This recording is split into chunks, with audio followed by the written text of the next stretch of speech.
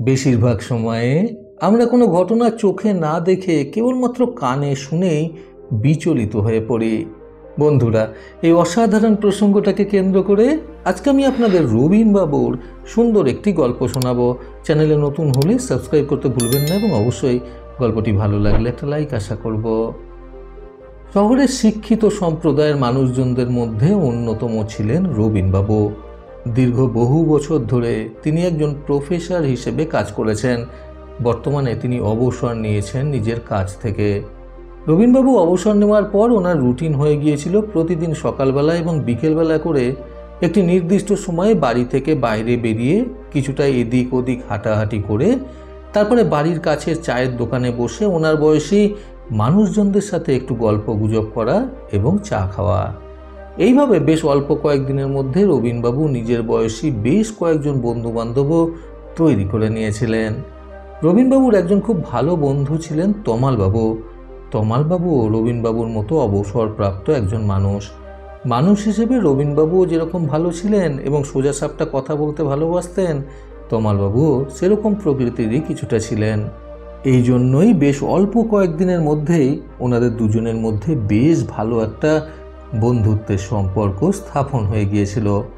রবিনবাবুদের চায়ের দোকানের আড্ডার বন্ধু বান্ধবদের মধ্যে অপর একজন ব্যক্তিত্ব ছিলেন মিঠুনবাবু। মিঠুনবাবু ও তমালবাবু এবং রবিনবাবুর সমবয়সী ছিলেন। অবসরপ্রাপ্ত একজন খিটখিটে প্রকৃতির মানুষ হিসেবেই তিনি পরিচিত ছিলেন। মিঠুনবাবুর আবার অবশ্য একটা খুব বাজে স্বভাব রয়েছে, সেটা হলো কারুর অনুপস্থিতিতে তাকে নিয়ে সমালোচনা করা, যেটা সেই চায়ের আড্ডায় অন্য মানুষেরা পছন্দ করলেও রবিনবাবু কিন্তু মোটেও পছন্দ করতেন না। একদিন বিকেলের দিকে চায়ের দোকানে যথাসময়ে তমালবাবু এসে উপস্থিত হননি।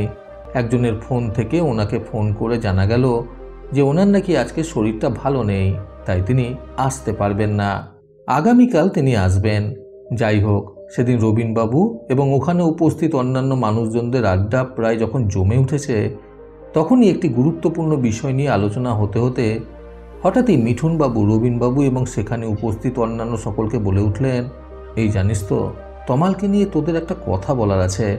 বেশ অনেক দিন ধরেই ভাবছি বলবো, কিন্তু কথাটা খুবই লজ্জাজনক, জানিস তো।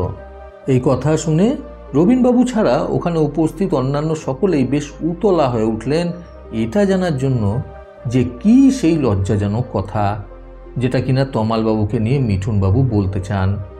সকলের উৎসাহ দেখে মিঠুনবাবু বেশ আনন্দিত হচ্ছিলেন, এটা রবিনবাবু বেশ ভালোই বুঝতে পারছিলেন।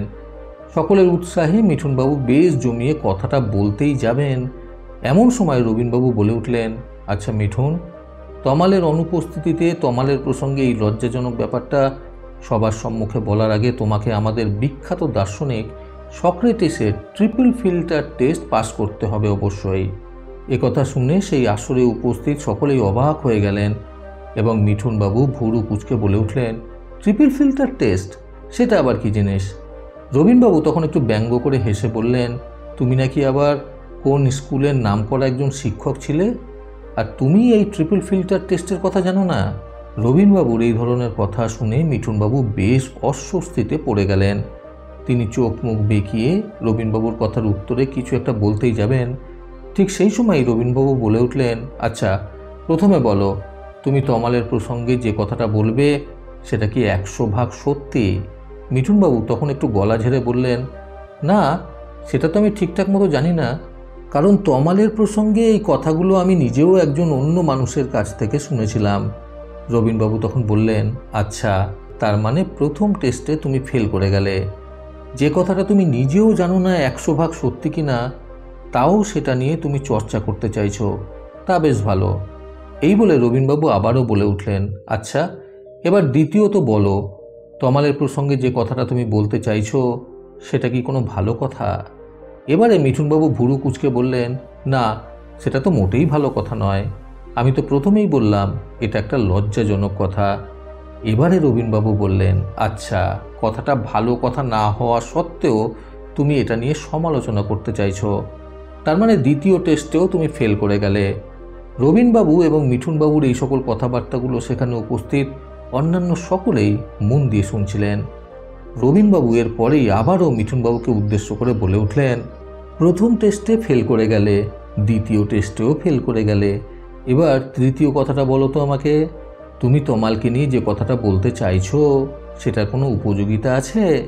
মানে আমি বলতে চাইছি, সেটার দ্বারা কি তুমি কোনোভাবে উপকৃত হবে, বা আমরা এখানে উপস্থিত সকল মানুষেরা কি কোনোভাবে উপকৃত হব? একথা শোনার পর মিঠুনবাবু এদিকে ওদিকে দেখতে লাগলেন এবং তারপর বেশ কিছুক্ষণ সময় নিয়ে তিনি বললেন, না, তা হবে না। এরপর রবিনবাবু হো হো করে হেসে বলে উঠলেন, তাহলে তুমি বিখ্যাত দার্শনিক সক্রেটিসের ট্রিপল ফিল্টার টেস্টের সব কটাতেই ফেল করে গেলে। তার মানে এই কথাটা তোমার বলার কোনো প্রয়োজনীয়তা নেই। প্রথমত, কথাটা সত্যি কিনা তুমি নিজেও সেটা সঠিকভাবে জানো না। দ্বিতীয়ত, কথাটা মোটেই ভালো নয়, মন্দ কথা। এবং তৃতীয়ত, কথাটা থেকে কারোর যখন কোনো উপকারই হবে না, তখন সেই প্রসঙ্গে কথা বলা সম্পূর্ণরূপে বৃথা। কি তাই তো মিঠুন?